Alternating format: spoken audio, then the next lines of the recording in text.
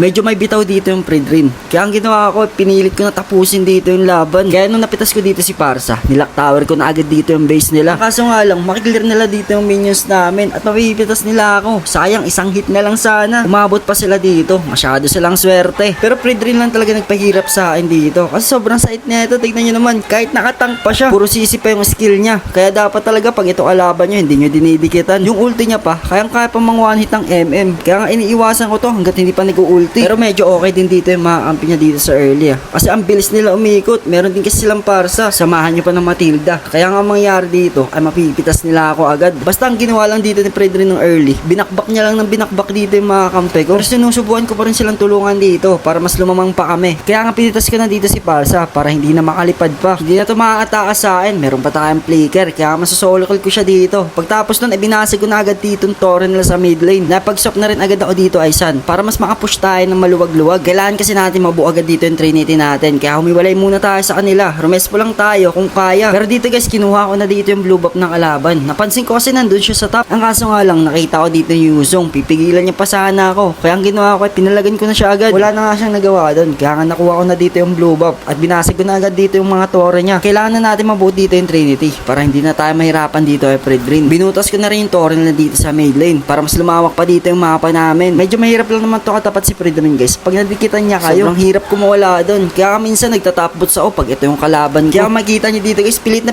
talaga ako tapusin yung laban. Pilit na nga rin ako basagin dito yung mga torre nila. Tignan niyo naman kasi yung ulti dito ni Predrin. Muntik-muntikan niya pa ako ma-one hit. Pero kaya talaga ma-one hit na itong Predrin May mga nakakalaban na uwi na one hit lang ako. Nagugulat nga rin ako. Mas lalo na kung tumama yung pinakagitna niyang ulti. Tapos talaga yung MM doon. Tignan niyo naman dito yung support namin. Hindi na nakagalaw pa. Paano ba man nadikitan ni Predrin? Kaya naisipan ko na talaga pilitin na tapusin. Kaya napansin ko dito yung mage yung magdedep sa kanila. Ang ginawa ko ay sinibat ko na agad. Gusto ko na talaga tapusin yung laban dito guys. Kanina pa. Ang kaso nga lang, bigla pang nakauwi dito yung mga kalaban. Naklear pa nila agad dito yung catapult. Sayang, tapos na talaga sana to. One hit na lang to kay Moscow. Akala ko nga matatapos na to. Bigla pang dumating yung mga kalaban. Kaya mangyari, mapipitas tayo. Sayang, piso na lang sana yung torre. Pero mabuti lang kasi nakuha namin dito yung Lord. All goods lang din. Syempre, pagkabuhay ko guys, sumabay na agad kami dito sa Lord. Kaso nga lang, matitindi rin depensa na itong mga to. At dahil nga isang hit na lang sana yung torre nila dito. Naggigil ako dito guys at nilak tower ko na ulit dito yung torre nila. Nanggigigil na kasi talaga ako matakas dito yung laro. Akala ko ilalak tower dito ng unggoy. Hindi rin pala. Naharangan pala yung minions namin kaya mapipitas ako dito. Basta dito sa dulo guys, nakapokus na lang ako dito sa base nila. Kaya medyo puro error na tayo dito. Nanggigil kasi ako, hindi pa natapos kanina. Pero okay lang guys kasi meron naman bumakap sa akin. Bilang dumating dito si San kaya mapipitas niya dito yung mage. At dahil nga nasabot yung Matilda at saka yung MM nila, ang ginawa dito ni San ay tinapos na nila dito yung laro. Basta yun lang talaga ginagawa ko guys. Pag ayaw ko talaga yung mga kalaban namin, ang ginagawa ko ay sumisegue lang. At pinipilit ko talaga tapusin yung laban. Nice game dito sa mga nakakampi ko at mga nakalaban. Ang lulupit nyo.